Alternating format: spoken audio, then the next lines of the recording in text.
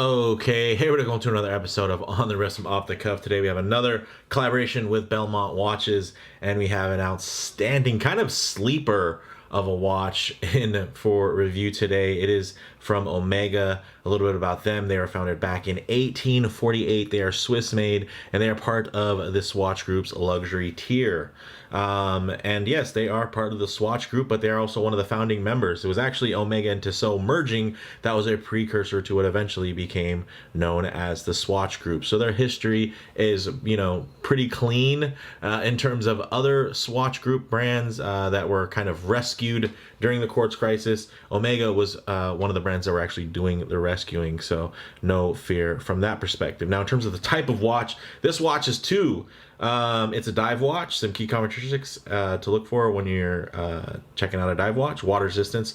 Of course, there's some type of screw-down crown, something that's tough, legible with a dive time bezel, and a diver's extension is always nice if on bracelet. But it's also a traveler's watch because this is the GMT. So those key common characteristics in design language, you're going to have either a GMT hand or world timer function, to where you're able to track multiple time zones with relative ease. This is the Seamaster Planet Ocean GMT in 43.5 millimeters.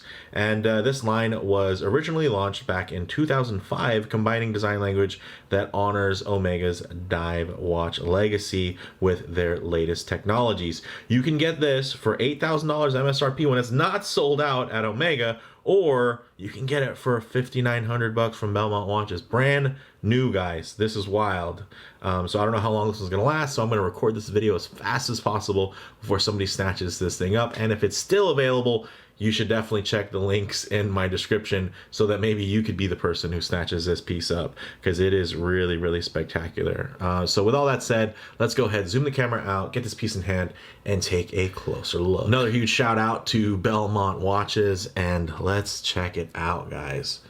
This is something special. Check. Ooh, it is just gorgeous. I love the monochromatic style, the black and white. Some of these watches are known as Oreos, depending, there's always to be a fun name, whether it be Batman, Pepsi, etc. This one, affectionately known as the Oreo in some circles. Some other folks might just call it Planet Ocean GMT. And this thing is gorgeous, guys. 43.5 millimeters. And of course, it does have that asymmetrical case. As you can see, this side is slightly tucked under the bezel while this side protrudes, because it essentially has the crown guards built into the case sides themselves. You can see it's countersunk in there. Still really, really gorgeous, but it does give you a little bit of a throw off in terms of the sizing, right? So the bezel width itself across is only 42 millimeters. So guess what that means for you all? It's going to wear more like a 42 millimeter. The thickness on here is no joke. It's 17.1 millimeters thick, and it is chunky. It's hefty, guys. This thing is it's not by any means trying to be a slim watch. It's like about another millimeter thicker than the standard dive watch version of the Planet Ocean, and that's typically because the hand stack is going to add more height. Look at that. You can see having that extra arm is going to bring everything coming off the pinion a little bit higher up and closer to the crystal. So this is a little bit thicker, but since it's wide, right, relatively wide anyway, it's not a small watch this thick, it feels actually still pretty balanced, which I can absolutely appreciate.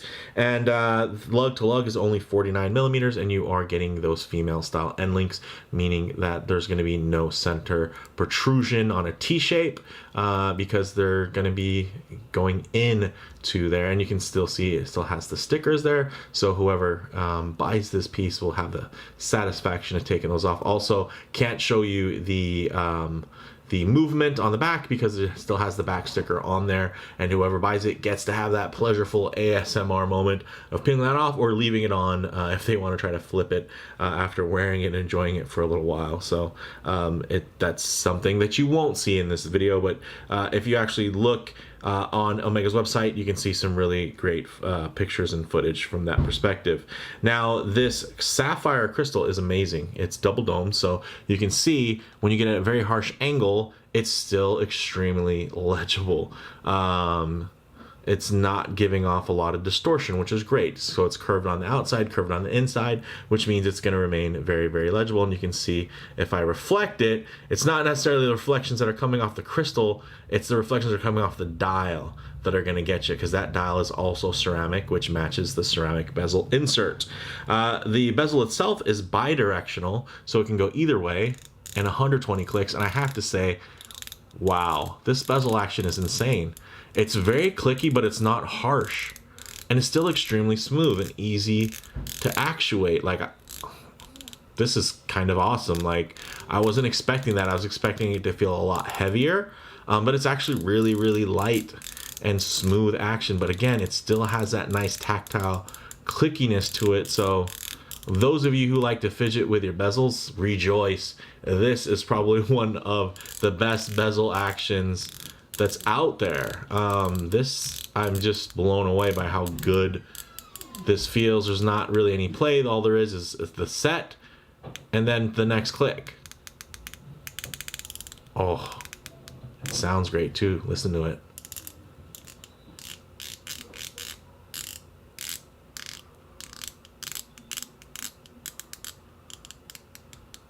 Yeah, oh, it's probably gonna have a little bit of fingerprints from that. So boom, thanks again, Belmont watches. So getting a little bit deeper into some of these details, guys, you're getting the signed screw down crown at 3 o'clock, and then you're getting that manual helium escape valve at 10 o'clock. The movement inside, although unfortunately you're not gonna be able to look at it in this video, is the master chronometer Omega 8906 movement. So it is METAS certified, which means that it's a higher level, above typical chronometer specs. It's actually at 0 to +6 seconds. So I love that. I love that it won't be slow. It's just, hey, well, our measuring stick is going to be either it's going to be completely on time or 6 seconds fast at the most. Typically, it's going to be like -4 +6, right? That's a 10-second variance versus here a 6-second variance that's leading into being fast. In your actual play, though, that's, the complete outer edge. Realistically, you're probably going to get somewhere in the middle, maybe +3 seconds, or you could absolutely get 1 second or less than a second day fast. So in my experience, those numbers are always typically pretty bloated. I mean, geez, how many Seikos do I own that say they could go up to +25 seconds a day that are running +2 seconds? So that just tells me that if something has been adjusted and regulated and, is already a chronometer and goes above that to a METAS certified chronometer, then you know that it's probably going to be on the leading edge, and it's just going to be typically a correct watch with the running, the right time. So big ups to them. Some details about this movement that not everybody really pays attention to is that it does have a 3.5 hertz sweep. So instead of a full 4 hertz sweep that you would get from a standard 8 ticks per second movement, this is going to, instead of it being 28,000 vibrations per hour, it's going to be 25,200 vibrations per hour. It has a 60-hour power reserve, which is great.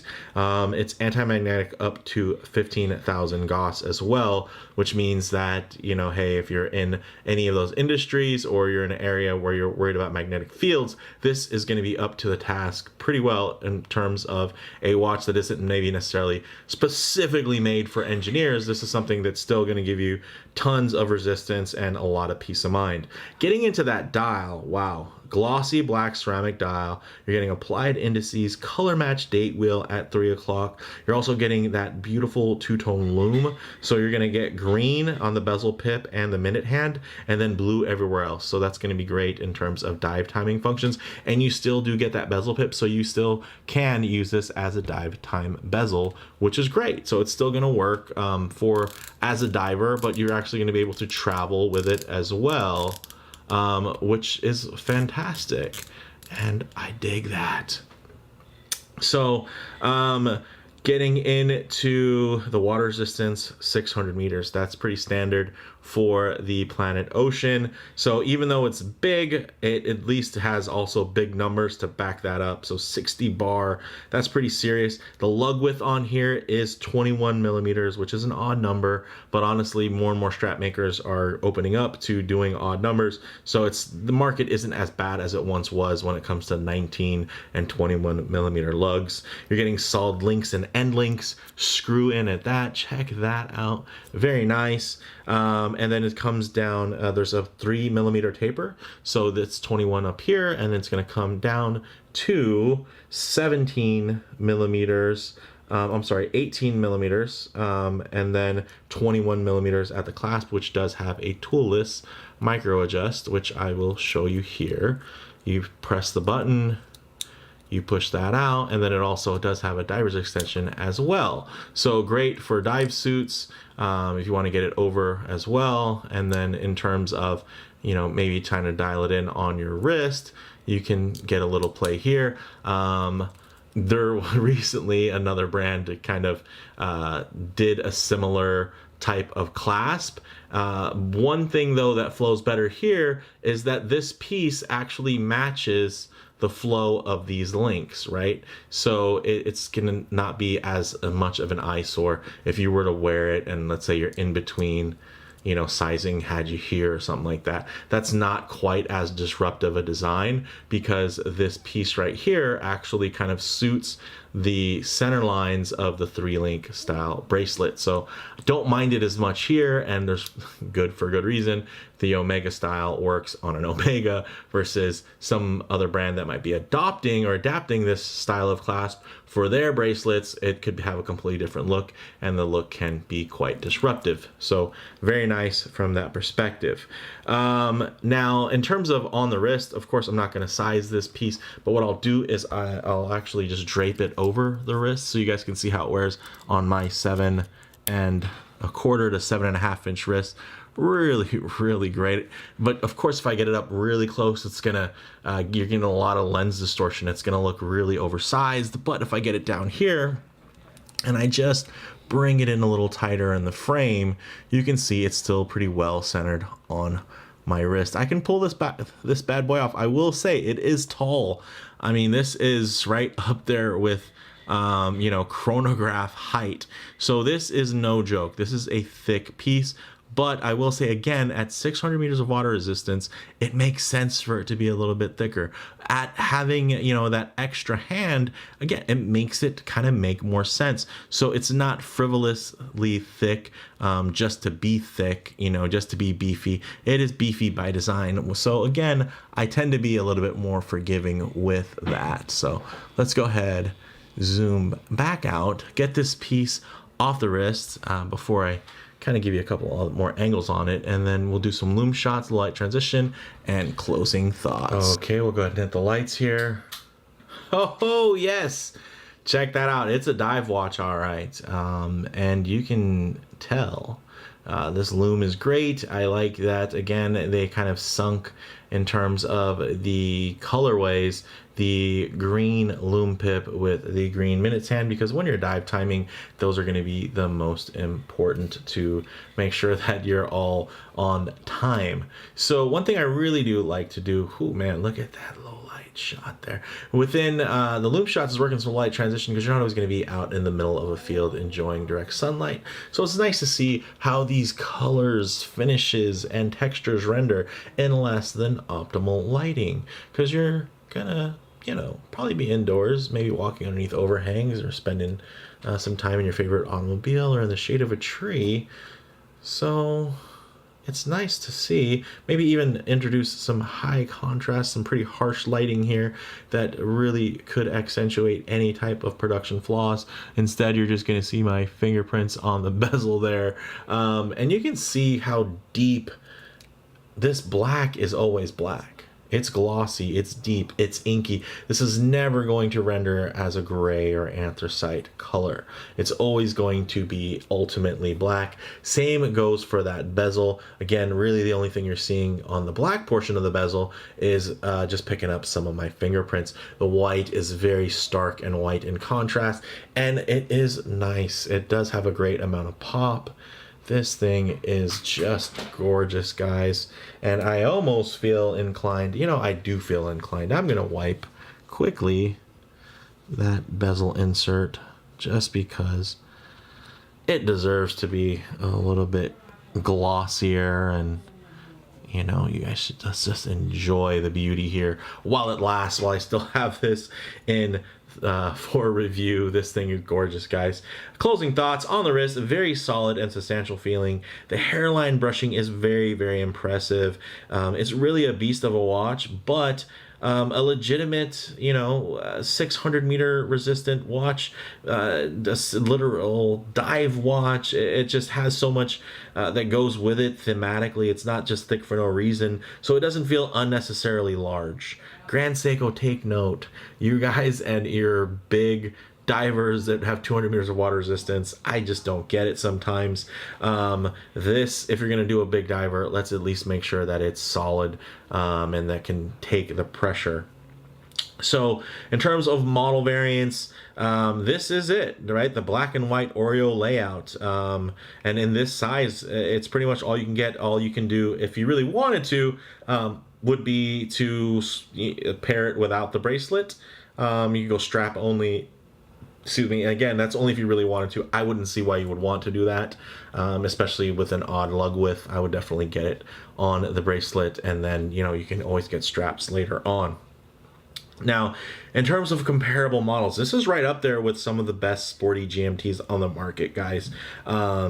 Its larger dimensions paired with the high contrast monochromatic layout really make it stand out next to your standard, Pepsi or Batman bezeled competition. This is something that is really exciting, and it stands out, and it still has, of course, the name recognition of Omega. Thank you, James Bond, Daniel Craig's variation anyway, for, just making the Planet Ocean such an iconic watch. And then now you have it in this format where you still get the dual tone bezel insert, but now you're getting your day-night indicator in black and white. It's nice, fun, clean, monochromatic, and it's a little bit less cartoony, and honestly a little bit less, I'd say, just common than the typical layout that you would get on most, diver looking GMT traveler style watches. So it really just pops. So for me, guys, the bottom line, if you have the wrist to pull this off, the Planet Ocean Oreo GMT really offers you something as desirable as the competition at a fraction of the cost. Again, this is sold out right now at the time of filming on the Omega website, and you can buy it for less. Now, it's the other way for the competition, right? You can, if you look, you can't buy a Rolex GMT Master right now, right? But if you do pay to get one not from Rolex, you're going to pay more. Here, you're going to get to pay less, and it's still an Omega, and it's still has all its heritage. It has all these tricks up its sleeve, in terms of the movement, in terms of the technology that they're using. It has it all, really, guys. Again, for me, my only reservation about this watch is the size. But again, this is meant to be a large watch, this in a smaller scale. I tried the 39 millimeter Planet Ocean, and honestly, it didn't have the same magic that this one has. It just felt like a shrunk watch. The proportions just weren't the same. It just didn't flow the same way. This feels like a big beefy watch, yes, but it also feels like that's the way it was supposed to be. It doesn't feel like it was adjusted or trimmed, pumped up or deflated. This feels like this is the way that it was designed to be. So I can appreciate that, and I have to. So again, big thank you to Belmont Watches for providing this watch for a quick little loaner so that I could share it with you guys, because this thing's awesome. So with that said, let me know what you all think in the comments below. If you like the video, please do it like, and if you haven't already, please subscribe for more content just like this. Thanks, guys.